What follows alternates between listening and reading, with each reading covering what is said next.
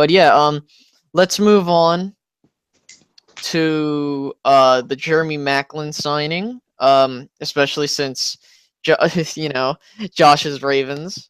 I was really No. excited. and and here's the thing. Every single year, it's so funny. After the draft, after free agency, you see all these people who are freaking out that like he didn't get a wide receiver, he didn't get this, he didn't do this. What is he thinking? What is he doing? And then, but then he just always says, "Trust me, I know this. We can pick people up until the season starts," and he always does a savvy move like this. So I think Jeremy Maclin brings a lot to the table for Joe Flacco. You Hmm. pair him up with Mike Wallace. I mean, Jeremy Maclin's not slow by any means, and he's a pretty polished route runner. So I think he can do really, really well in this system. Not to mention he knows Marty Morningweg. So Yeah, I just think I'm worried about his injury. Like, since he's 29, he's getting up there in age. That's the one thing I'd be worried about. I think 29 is still the threshold for you have a few more good years out of Yeah, you if you're productive. I'll And just be, cautious. yeah, especially as a receiver. 29 is kind of the death age for a running back. But as a receiver, I feel like you can still produce. I mean, isn't Eric Decker 32, 33? I think. And I he mean, had in 2015 he caught like 1,027 yards and had 12 touchdowns. So, and that was in his 30s. That was 2015. So, I just think I think you can still produce at that age, especially if you're in the right system. And I think that Macklin mhm. has fallen into a system that's going to benefit him very well. Yeah, I think, and only that, it was an 11 million contract, 2 year, $11 million deal with 6 million in the first year. That's not a bad contract at all. I mean, yeah, it's nothing too crazy, and I mean, hopefully you get what you paid for. I mean, I think it's a smart move. I think it's mhm. a great move. I think it's a safe move. I think he'll produce, but you didn't sign him to a long deal, so you're not really left on the hook on that.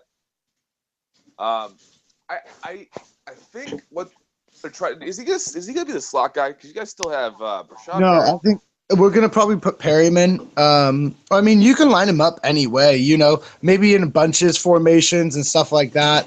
So he can play an outside, but you're gonna have Mike Wallace on the outside regardless. So you can switch him and Perryman up. I think you don't bring in Jeremy Maclin to be a number 3 though. He's definitely the No, number 2.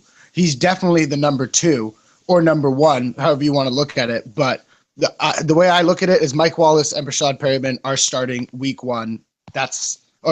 Mike Wallace and Jeremy Maclin are starting week 1. That's how it's going to be. all right. Well, how about is this like a reaction to not getting Brandon Marshall? Is this like second best to poor man's Brandon Marshall? Um, I don't think so because I think he had, like, sorry to cut you off, but I no, think, go ahead. yeah, but the thing is with Brandon Marshall, he's older, and Really? you don't know, that's was older. Oh wow. Yes, he definitely is. Okay. Yeah, Well, so that's yeah, let me a nice thing. yeah, he's 33. Brandon Marshall is 33. Jeremy Macklin's 29. I think you can get more out of Jeremy Macklin than Brandon Marshall. I'm not trying to say Brandon Marshall's a scrub. It's just he's older, so you don't know how. And not only that, the way, how many wide receivers they have in that group. It's just like, you know, Mm-hmm. yeah. Yeah, so you're setting yourself up well, and I think the Ravens I think they're going to be a little underrated this year. I mean, they always are. So I already did my estimation, and I have them. I think Hank and I had them winning like 13 games, 12 or 13 when we were going through at the schedule release. So Mhm. I think that they, at least 10 wins. I think minimum 10 wins this year, especially with the parts that they're putting together. I think really the only big thing we're missing is somebody on the offensive line.